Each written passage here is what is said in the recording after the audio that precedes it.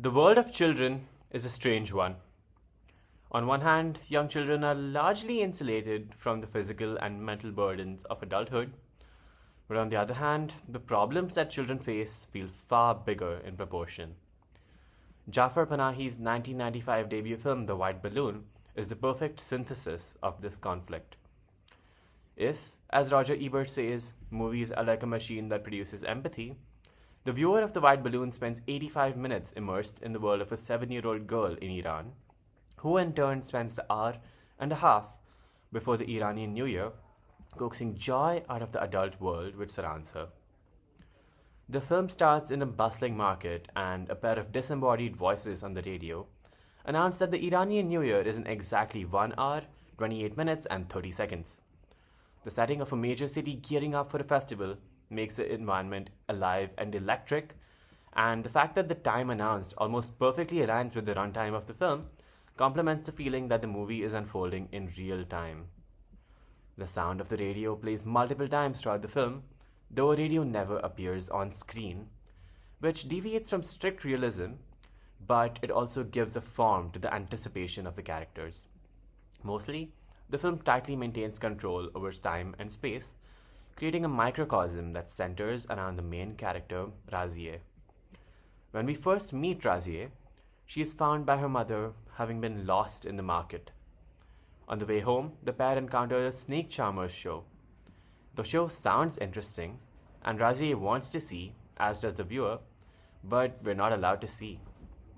The show is portrayed as a literal wall of men that Razieh and the viewer are forbidden from penetrating by the mother. The pairing between what Razieh sees and what we, the viewers, see frames her squarely as the subject of the film. As the character that the audience identifies with, we experience firsthand Razieh's desperation to have a new fish for the new year. Her desire for the goldfish and the barriers in her way form the main conflict in the story.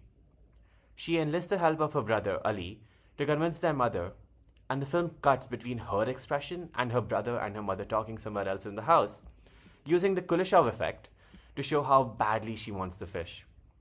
Finally, as we hear her mother agree to give her the money for the fish, a smile breaks on her face, and her innocent joy is infectious. The style of the film isn't total realism, but emotional realism, as shown earlier by the radio as well. Razieh's emotions and motivations are what drive the narrative. As Razieh excitedly runs to get her fish, we follow her through the winding streets of Tehran. The lighting here is mostly even and bright, and most of the film takes place outdoors. Darkness is present, but rare. The people around also wear plain costumes, while Razieh wears a new white top and a red skirt, looking almost like a character out of a fairy tale and standing out from amidst the crowd. Her headscarf, as well as the chador worn by all of the women around the scene, depict Iran's codified rules and customs. Lighting, costumes, and production design, then, serve to further establish realism in the setting, letting the emotional core of Razieh's story resound. While Razieh's quest for a goldfish may not seem very significant, the viewer is kept on their toes constantly by the novel and sometimes terrifying experience of being a little girl in a big world. Several times during the movie, we see a mid-shot of Razieh, surrounded by the bodies of faceless adults around her. This creates a sense of scale. The adult world that the viewer is accustomed to is radically different from a child's world. When Razieh loses the money her mother gave her for the second time and it falls down the drain, this disconnect is deeply evident, as she doesn't know where to turn for help. An adult watching the film would notice that the people Razieh encounters are a microcosm of Iranian society, composed of various social groups.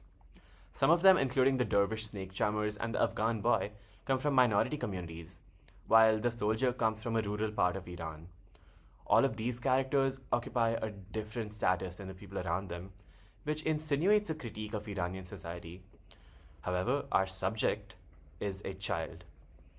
The viewer thus watches every stranger with suspicion by default, leading to some hair-raising moments where an adult might pose a threat to Razieh's money, or worse, her safety. This undercurrent of violence is where the subtlety of the film as a critique of Iranian society truly shines. The world of the film is rife with patriarchal violence, poverty, and cultural violence, and the underlying threats thereof.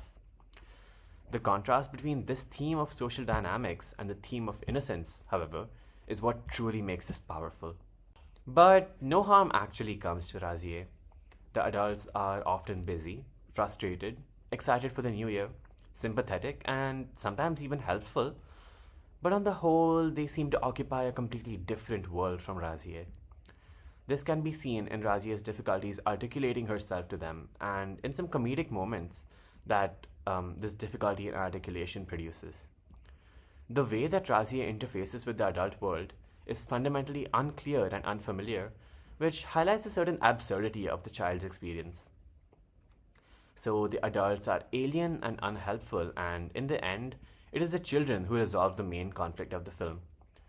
The Afghan boy, who is a balloon seller who also holds the titular white balloon, finds a piece of gum to attach to his stick, and the 500 Toman note is finally rescued by Ali. The emotional note here is hopeful, and the camera centers on joyful faces all around. The viewer has the impression of having watched a feel good film about children helping each other. The final scene, then, is the ace up the film's sleeve. As Razier and Ali run off to buy the fish, the camera stays disconnected, centered on the Afghan boy, who is left sitting alone on the sidewalk as people pass by. Eventually, Razier and Ali return holding the fish, but they pass right through and head home.